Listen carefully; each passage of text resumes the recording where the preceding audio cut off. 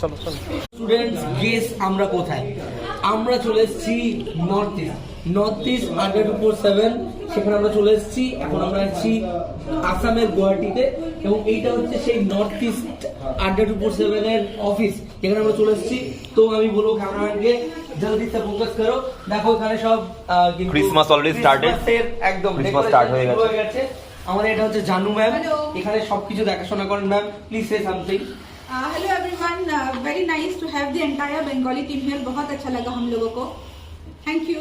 এখানে অপূর্ব স্যার আছেন। অপূর্ব স্যার এখানে এসে কেমন লাগছে? খুবই ভালো লাগছে, এবং এখানে এসে এসে মনে হচ্ছে হ্যাঁ ক্রিসমাস শুরু হয়ে গেছে।